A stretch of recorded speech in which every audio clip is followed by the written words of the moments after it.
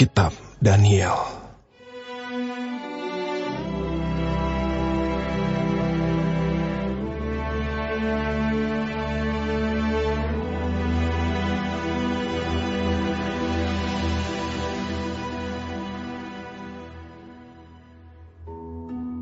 Pada tahun yang ketiga pemerintahan Yoyakim, Raja Yehuda, datanglah Nebukadnezar, Raja Babel, ke Yerusalem, lalu mengepung kota itu. Tuhan menyerahkan Yoyakim, Raja Yehuda, dan sebagian dari perkakas-perkakas di rumah Allah ke dalam tangannya. Semuanya itu dibawanya ke tanah Sinear, ke dalam rumah dewanya. Perkakas-perkakas itu dibawanya ke dalam perbendaharaan dewanya. Lalu Raja bertitah kepada Aspenas, kepala istananya, untuk membawa beberapa orang Israel yang berasal dari keturunan raja dan dari kaum bangsawan, yakni orang-orang muda yang tidak ada sesuatu celah, yang berperawakan baik, yang memahami berbagai-bagai hikmat, berpengetahuan banyak, dan yang mempunyai pengertian tentang ilmu, yakni orang-orang yang cakap untuk bekerja dalam istana raja, supaya mereka diajarkan tulisan dan bahasa orang Kasdim. Dan raja menetapkan bagi mereka pelabur setiap hari dari santapan raja dan dari anggur yang biasa diminumnya. Mereka harus dididik selama 3 tahun, dan sesudah itu mereka harus bekerja pada raja. Di antara mereka itu, ada juga beberapa orang Yehuda, yakni Daniel, Hananya, Misael, dan Azaria. Pemimpin pegawai istana itu memberi nama lain kepada mereka. Daniel dinamainya Belsazar, Hananya dinamainya Sadrak, Misael dinamainya Mesak, dan Azaria dinamainya Abednego. Daniel berketetapan untuk tidak menajiskan dirinya dengan santapan raja dan dengan anggur yang biasa diminum raja. Dimintanyalah kepada pemimpin pegawai istana itu, supaya ia tak usah menajiskan dirinya. Maka Allah mengaruniakan kepada Daniel kasih dan sayang dari pemimpin pegawai istana itu. Tetapi berkatalah pemimpin pegawai istana itu kepada Daniel, "Aku takut kalau Tuanku Raja yang telah menetapkan makanan dan minumanmu berpendapat bahwa kamu kelihatan kurang sehat daripada orang-orang muda lain yang sebaya dengan kamu, sehingga karena kamu aku dianggap bersalah oleh Raja." Kemudian berkatalah Daniel kepada pencenang yang telah diangkat oleh pemimpin pegawai istana untuk mengawasi Daniel, Hananya, Misael, dan Azaria, "Adakanlah percobaan dengan hamba-hambamu ini selama 10 hari, dan biarlah kami diberikan sayur untuk dimakan dan air untuk diminum. Sesudah itu, bandingkanlah perawakan kami dengan perawakan orang-orang muda yang makan dari santapan raja. Kemudian, perlakukanlah hamba-hambamu ini sesuai dengan pendapatmu." Didengarkannyalah permintaan mereka itu, lalu diadakanlah percobaan dengan mereka selama 10 hari. Setelah lewat 10 hari, ternyata perawakan mereka lebih baik, dan mereka kelihatan lebih gemuk daripada semua orang muda yang telah makan dari santapan raja. Kemudian pencenang itu selalu mengambil makanan mereka dan anggur yang harus mereka minum, lalu memberikan sayur kepada mereka. Kepada keempat orang muda itu, Allah memberikan pengetahuan dan kepandaian tentang berbagai-bagai tulisan dan hikmat, sedang Daniel juga mempunyai pengertian tentang berbagai-bagai penglihatan dan mimpi. Setelah lewat waktu yang ditetapkan raja, bahwa mereka sekalian harus dibawa menghadap, maka dibawalah mereka oleh pemimpin pegawai istana itu ke hadapan Nebukadnezar. Raja bercakap-cakap dengan mereka, dan di antara mereka sekalian itu tidak didapati yang setara dengan Daniel, Hananya, Misael, dan Asaria. Maka bekerjalah mereka itu pada raja. Dalam tiap-tiap hal yang memerlukan kebijaksanaan dan pengertian yang ditanyakan raja kepada mereka, didapatinya bahwa mereka 10 kali lebih cerdas daripada semua orang berilmu dan semua ahli jampi di seluruh kerajaannya. Daniel ada di sana sampai tahun pertama pemerintahan Koresh.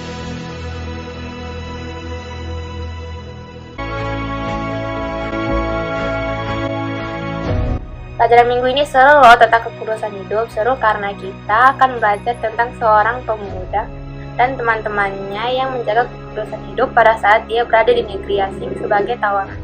Oh, aku tahu siapa yang kamu maksud. Pasti pemuda yang dimaksud adalah Daniel dan ketiga kawannya. Iya benar, sebelum kita bicara lebih banyak tentang Daniel, yuk kita berdoa dulu. Mari kita bersatu dalam doa.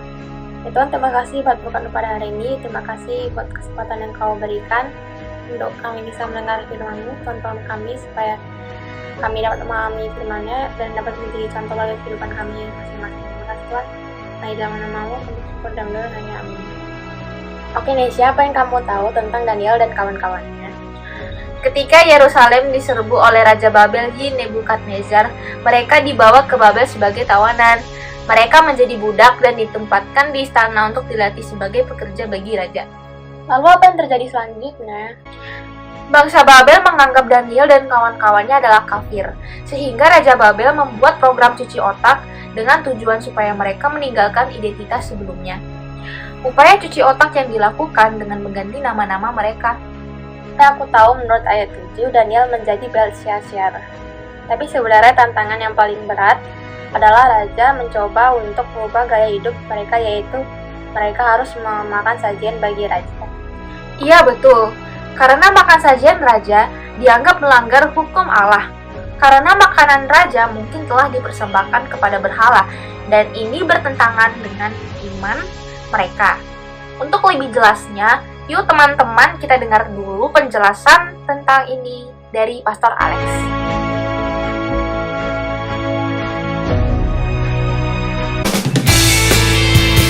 Shalom Bapak Ibu, Saudara-saudari, adik-adik yang sangat dikasihi oleh Tuhan Yesus. Tema renungan firman Tuhan kali ini adalah kekudusan hidup. Ayat-ayat firman Tuhan yang akan kita renungkan adalah dari Imamat 11, 19, 20, dan Daniel 1. Firman Tuhan mengenai hidup kudus adalah sangatlah jelas dan sangatlah tegas. Kita dapat mengetahui ini dari perjanjian lama maupun dari perjanjian baru. Mari kita baca dengan baik salah satunya dari perjanjian lama, yaitu dari Imamat 20 ayat 26. Kuduslah kamu bagiku, sebab aku ini Tuhan, kudus, dan aku telah memisahkan kamu dari bangsa-bangsa lain, supaya kamu menjadi milikku. Dengan jelas firman Tuhan ini memberitahukan kepada kita bahwa Tuhan kita menghendaki kita, anak-anaknya, untuk hidup kudus. Salah satunya dari perjanjian baru adalah dari 1 Petrus 1 ayat 15 dan 16. Tetapi hendaklah kamu menjadi kudus di dalam seluruh hidupmu, sama seperti Dia yang kudus, yang telah memanggil kamu. Sebab ada tertulis, kuduslah kamu, sebab aku kudus. Firman Tuhan ini dengan tegas memberitahukan kepada kita bahwa Tuhan kita menghendaki anak-anaknya untuk hidup kudus. Dari dua ayat ini kita mengetahui dengan pasti bahwa hidup kudus itu adalah perintah dari Tuhan kita untuk kita semua anak-anaknya. Perintah untuk hidup kudus ini ditegaskan oleh Tuhan melalui firman-Nya di Imamat 11 ayat 44 dan 45. Sebab akulah Tuhan Allahmu maka haruslah kamu menguduskan dirimu dan haruslah kamu kudus. Sebab aku ini kudus, dan janganlah kamu menajiskan dirimu dengan setiap binatang yang mengeriap dan merayap di atas bumi. Sebab akulah Tuhan yang telah menuntun kamu keluar dari tanah Mesir, supaya menjadi Allahmu. Jadilah kudus, sebab aku ini kudus. Dari Imamat 19 ayat 1 dan 2 kita kembali melihat penegasan akan hidup kudus ini. Tuhan berfirman kepada Musa, "Berbicaralah kepada segenap jemaah Israel dan katakan kepada mereka, kuduslah kamu, sebab aku Tuhan Allahmu kudus." Begitu seriusnya kehidupan kudus bagi Tuhan untuk anak-anaknya, Tuhan dengan tegas menunjukkan hukuman bagi pelanggar perintah Tuhan akan kekudusan hidup ini.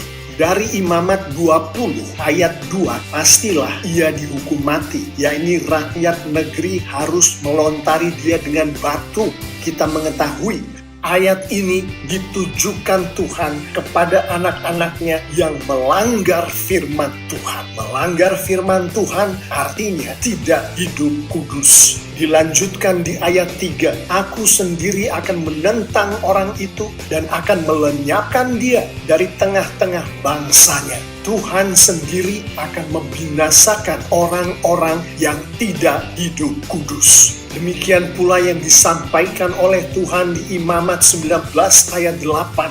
"Siapa yang memakannya akan menanggung kesalahannya sendiri, karena ia telah melanggar kekudusan persembahan kudus yang kepada Tuhan. Nyawa orang itu haruslah dilenyapkan dari antara orang-orang sebangsanya." Secara tersirat Tuhan menunjukkan kepada anak-anaknya, mereka yang tidak hidup kudus akan dilenyapkan oleh Tuhan. Mengetahui begitu pentingnya hidup kudus ini bagi Tuhan kita, mari kita renungkan lebih dalam arti dari kekudusan.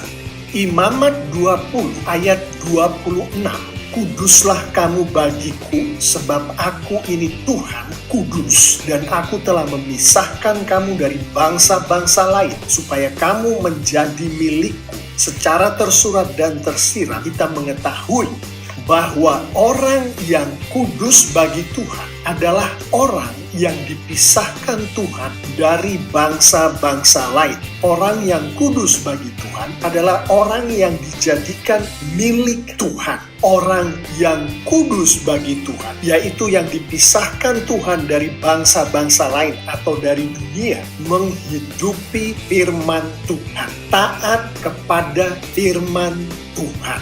Sementara mereka yang tidak kudus, mereka sama dengan dunia. Mereka tidak tahu firman Tuhan. Mereka tidak taat pada firman Tuhan. Orang yang kudus bagi Tuhan, yaitu orang yang dijadikan milik Tuhan. Percaya pada Tuhan, percaya pada Tuhan Yesus, sudah lahir baru. Sedangkan mereka yang tidak kudus adalah mereka yang dimiliki oleh dunia. Mereka yang percaya pada ilah-ilah dunia. Mereka yang percaya pada uang, pada mamon. Mereka yang percaya pada manusia, bahkan percaya pada dirinya sendiri, menganggap dirinya Tuhan. Mereka yang seperti ini adalah mereka yang tidak mengenal Tuhan. Mereka tidak mengenal Tuhan Yesus. Demikianlah Bapak Ibu Saudara-saudari, adik-adik yang sangat dikasihi oleh Tuhan Yesus. Renungan kita kali ini mengenai kekudusan hidup, mengenai hidup kudus. Salah satu kekasih Tuhan yang hidup kudus adalah Daniel. Kita akan merenungkan sedikit tentang kehidupan Daniel yang adalah orang yang hidup kudus bagi Tuhan, yang adalah orang yang dikuduskan oleh Tuhan. kita mengetahui dari kitab Daniel bagaimana Daniel dan ketiga temannya ditangkap kemudian dibawa ke kerajaan Babel untuk bertemu dengan Raja Nebukadnezar yang berkuasa itu. Kita juga mengetahui dari kitab Daniel bagaimana Raja Nebukadnezar dengan strateginya yang luar biasa itu berusaha untuk membawa Daniel dan teman-temannya menjadi bagian dari masyarakat kerajaan Babel. Namun Daniel adalah orang yang dipisahkan Tuhan dari bangsa-bangsa lain, dari bangsa Babel. Namun Daniel adalah orang yang dijadikan oleh Tuhan miliknya, milik Tuhan. Daniel adalah orang yang dikuduskan oleh Tuhan. Daniel hidup kudus bagi Tuhan. Dari Daniel 1 ayat 8, Daniel berketetapan untuk tidak menajiskan dirinya dengan santapan raja dan dengan anggur yang biasa diminum raja. Dimintanyalah kepada pemimpin pegawai istana itu supaya ia tak usah menajiskan dirinya. Secara tersurat dan tersirat kita melihat bagaimana Tuhan memisahkan Daniel dan ketiga temannya dari kebiasaan hidup orang Babel, dari kebudayaan orang Babel, dari cara orang Babel berperilaku, yaitu makan makanan yang najis. Dan di dalam konteks kitab Daniel kita mengetahui yaitu dari menyembah berhala. Dan dari ayat ini dan konteks kitab Daniel kita juga mengetahui bahwa Daniel adalah milik Tuhan, bukan milik Raja Nebukadnezar. Sebagai milik Tuhan, Daniel hanya menyembah Yahweh, hanya menyembah Tuhan. Tidak seperti orang-orang Babel yang menyembah dewa-dewa, yang menyembah berhala-berhala. Sebagai orang yang dipisahkan oleh Tuhan dari bangsa-bangsa lain, dari bangsa Babel, Daniel mengikuti kitab Taurat Musa. Tidak seperti orang-orang Babel yang mengikuti kebiasaan-kebiasaan nenek moyang mereka dan mengikuti apa yang dikatakan oleh para ahli nujum di Babel. Dan bagi anak-anaknya yang dikuduskan oleh Tuhan, yang menghidupi hidup kudus bagi Tuhan, Tuhan melakukan kepada anak-anaknya ini seperti yang Tuhan lakukan kepada Daniel, yang antara lain kita bisa lihat dari Daniel 1 ayat 9, ayat 15, ayat 17. Maka Allah mengaruniakan kepada Daniel kasih dan sayang dari pemimpin pegawai istana ini. Setelah lewat 10 hari, ternyata perawakan mereka lebih baik dan mereka kelihatan lebih gemuk daripada semua orang muda yang telah makan dari santapan raja. Kepada keempat orang muda itu Allah memberikan pengetahuan dan kepandaian tentang berbagai-bagai tulisan dan hikmat, sedangkan Daniel juga mempunyai pengertian tentang berbagai-bagai penglihatan dan mimpi. Tuhan memberkati Daniel, Tuhan memberkati orang yang dikuduskannya, Tuhan memberkati orang yang hidup kudus baginya dengan berkat yang luar biasa. Bagi Daniel termasuk kasih dan sayang dari orang-orang yang berada di sekitarnya, termasuk pemimpin pegawai istana. Perawakan yang baik dan gemuk, dan juga pengetahuan dan kepandaian tentang berbagai-bagai tulisan dan hikmat, dan juga pengertian akan berbagai-bagai penglihatan dan mimpi. Di dalam konteks kitab Daniel, kita juga melihat berkat yang lebih banyak dan luar biasa lagi bagi Daniel dari Tuhan.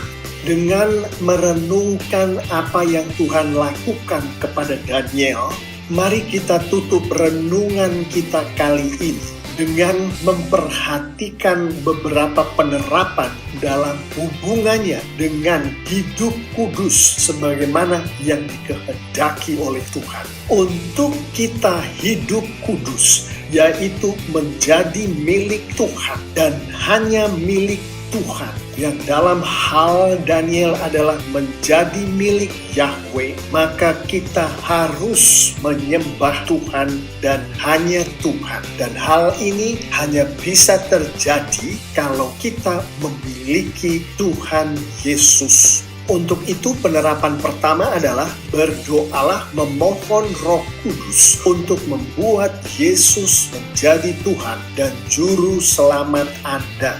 Anda hidup kudus bagi Tuhan, hal itu hanya mungkin terjadi jika Yesus Kristus adalah Tuhan dan Juru Selamat Anda. Alkitab menunjukkan bahwa mereka yang adalah milik Tuhan, mereka yang menyembah Tuhan, mereka ini patuh dan takut akan Tuhan. Dan pada saat mereka melakukan kesalahan dengan tidak mengindahkan firman Tuhan, mereka akan memohon ampun pada Tuhan. Mereka akan bertobat. Penerapan kedua adalah berdoalah, memohon Roh Kudus, membuat Anda untuk selalu takut dan patuh akan Tuhan. Dan memohon pada Roh Kudus untuk membuat Anda selalu memohon ampun pada Tuhan dan bertobat atas segala kesalahan dan dosa Anda pada saat Anda tidak memenuhi apa yang Tuhan kehendaki di dalam kehidupan Anda, yaitu Anda tidak memenuhi firman Tuhan. Penerapan terakhir untuk renungan kita kali ini adalah sebagaimana yang sudah kita pelajari dari kitab Daniel tadi, yaitu orang yang dikuduskan oleh Tuhan, dipisahkan Tuhan dari bangsa-bangsa lain, dipisahkan Tuhan dari dunia. Cara Tuhan untuk memisahkan Daniel dari bangsa Babel, dari bangsa-bangsa lain adalah dengan Tuhan membuat Daniel menghidupi kitab Taurat Musa. Cara Tuhan memisahkan kita, memisahkan Anda dari bangsa-bangsa lain, dari dunia adalah dengan membuat Anda menghidupi firman Tuhan, menghidupi Alkitab. Penerapan terakhirnya adalah berdoalah, memohon Roh Kudus, membuat Anda sanggup menghidupi firman Tuhan, membuat Anda sanggup membaca, mengerti, dan melakukan firman Tuhan secara konsisten dari hari ke hari. Dengan demikian, jalan berpikir Anda, cara hidup Anda berbeda, terpisah dari jalan berpikir dan cara hidup orang-orang dunia yang belum atau tidak mengenal Tuhan Yesus. Bapak, Ibu, Saudara-saudari, adik-adik yang sangat dikasihi Tuhan Yesus, saya mengimani kalau kita anak-anak Tuhan melakukan firman Tuhan ini dengan kekuatan Roh Kudus tentunya, maka Tuhan kita akan dipermuliakan dengan luar biasa. Dan Alkitab secara tersurat dan tersirat menunjukkan kepada kita bahwa anak-anak Tuhan yang memuliakan Tuhan akan diberkati oleh Tuhan dengan luar biasa pula. Amin. Wah, dari penjelasan tadi aku kagum loh sama Daniel dan teman-temannya. Mereka punya keberanian untuk mempertahankan iman mereka tanpa rasa takut. Daniel bisa menunjukkan sikap yang sungguh-sungguh untuk mempertahankan kekudusan hidupnya. Iya, keren banget. Nah, sekarang dari pelajaran ini kita bisa tanyakan pada diri kita masing-masing. Juga bagi teman-teman, beranikah sebagai murid Yesus kita tampil beda pada saat kita menghadapi godaan, tantangan yang dapat menghancurkan iman kita?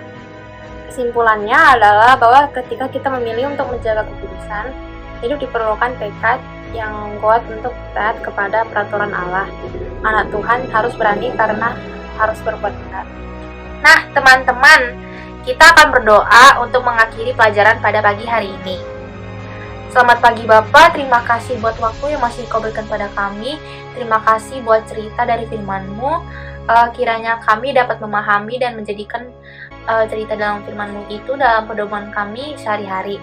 Berkati Pastor Alek, berkati Tante Koni, berkati teman-teman kami semuanya, supaya selalu dalam keadaan sehat. Sebentar kami akan mengakhiri sekolah minggu kami, kiranya Engkau selalu memberkati kami. Terima kasih Bapa, terima kasih Tuhan Yesus. Hanya inilah doa dan permohonan kami, hanya di dalam nama-Mu kami mengucap syukur dan berdoa. Haleluya, amin. Selamat siang teman-teman, jangan lupa untuk persembahan bisa transfer langsung ke rekening ini ya. Beraktivitas teman-teman, sampai minggu depan ya.